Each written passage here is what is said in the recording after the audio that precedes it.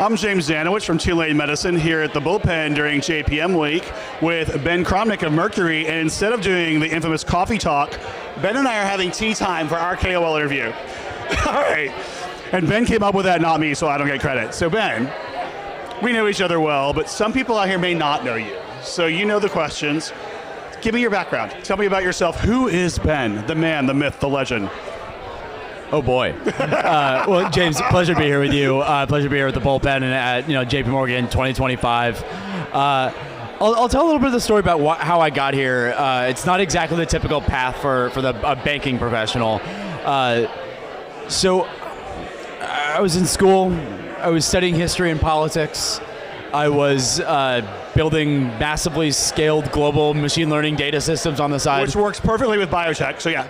Yeah, we're going to get there. So I was building these massively scaled big data systems, primarily in the telco, customer service space, and I really wanted to double click on it. At the time, this was the rise of what's called enterprise machine learning. And I was very lucky to be involuntarily captured by a very large payer where I got to implement really cutting-edge machine learning systems inside of one of the largest healthcare institutions in the world. By nature of doing that, I got a lot of really good skills. These are skills I didn't necessarily set out to build, but I had them nonetheless. And I'll share those. There's the phrase, with great power comes great responsibility. With pressure is a privilege. And I started thinking about how can I use these tools to affect the things that I cared about. And I deeply cared about childhood education because my mother was a special ed teacher. So I figured, well, okay, I know a lot about healthcare data systems. I know a lot about how to sell into the healthcare system. I understand a lot of the economics. And I understand how to build them. So I thought, well, why don't I build a tool for my mom? And I built the first ever pediatric behavioral healthcare system, pediatric behavioral healthcare, EHR. And that really set me on this path of both being a founder and of being somebody who was going to apply these advanced technologies, these data strategies, into new markets. Mm-hmm. That led me on a rash of founding companies and helping companies scale up, primarily in the clinical research informatics and healthcare big data world. A couple of those companies were relatively successful. I put together a pretty decent track record. I then moved over into the investment side of things, where I was taking that expertise, taking that network, and helping individual founders build and scale their companies really anywhere where you were applying big data and artificial intelligence, novel business models into usually these de novo spaces where we have never tried this particular approach before, in order to unlock really like exponential gains in the quality of care, in access to care, in the equity of that care. And after building that out for a while, I got the opportunity to join the team at Mercury, where they were building this massive platform, enabling founders and entrepreneurs of all shapes and sizes to build what they love, to build what they were most passionate about.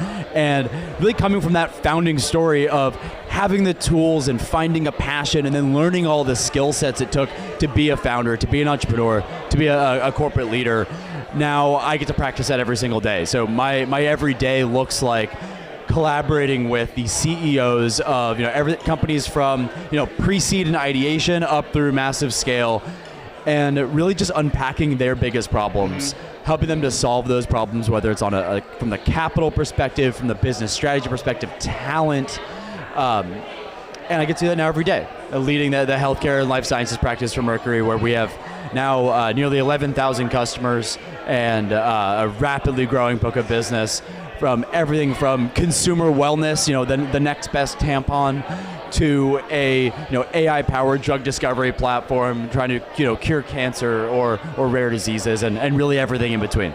It is incredible how you're able to help companies in so many different spaces and really saving them time, which allows them to move forward faster, quicker, better.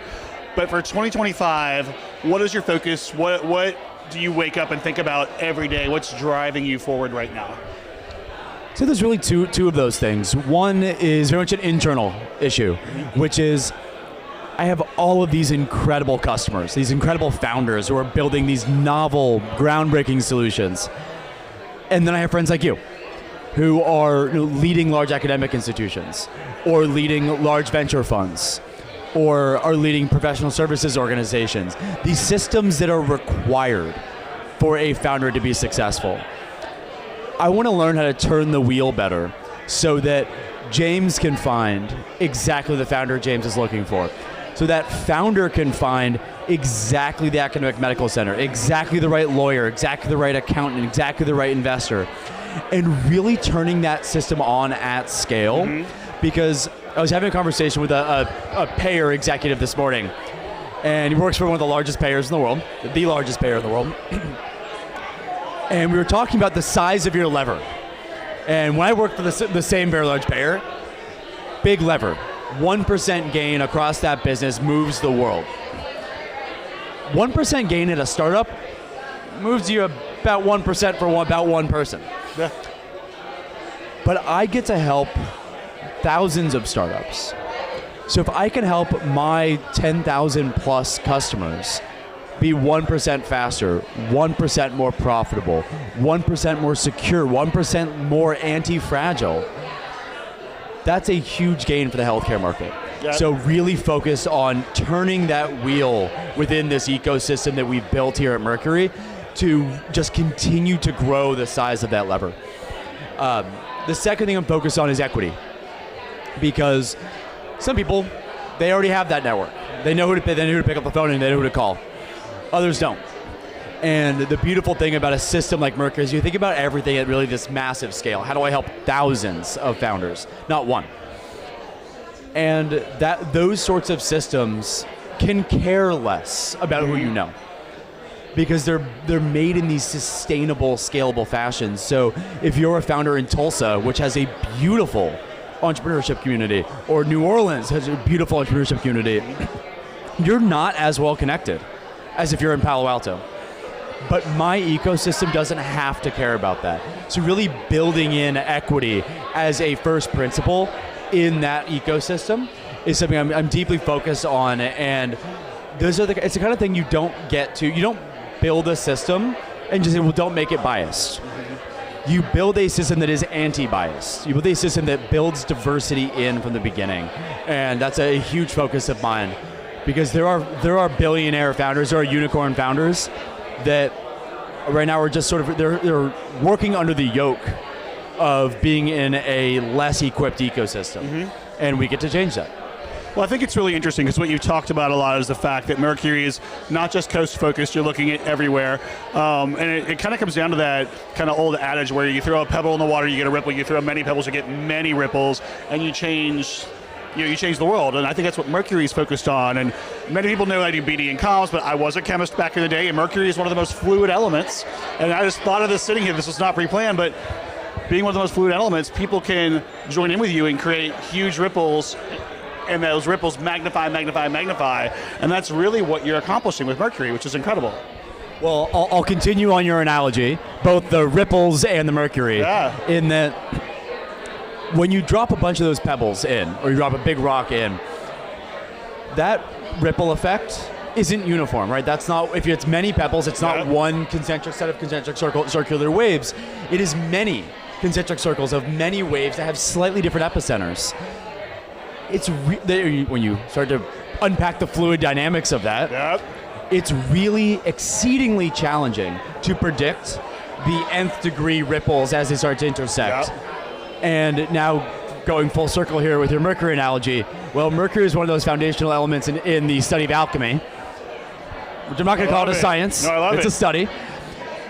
But it is when you put those pieces together that you were never really planning on, where that magic happens, where those true breakthroughs occur in medicine. Where those ripples intersect, Exactly. So by nature of having that massive ecosystem, by nature of putting a lot of ripples into the water, and really creating the infrastructure for those ripples to occur, like really creating that lattice or that matrix for those ripples to occur on, we're going to increase the efficacy of the healthcare innovation market pretty significantly. It's what gets me up every day.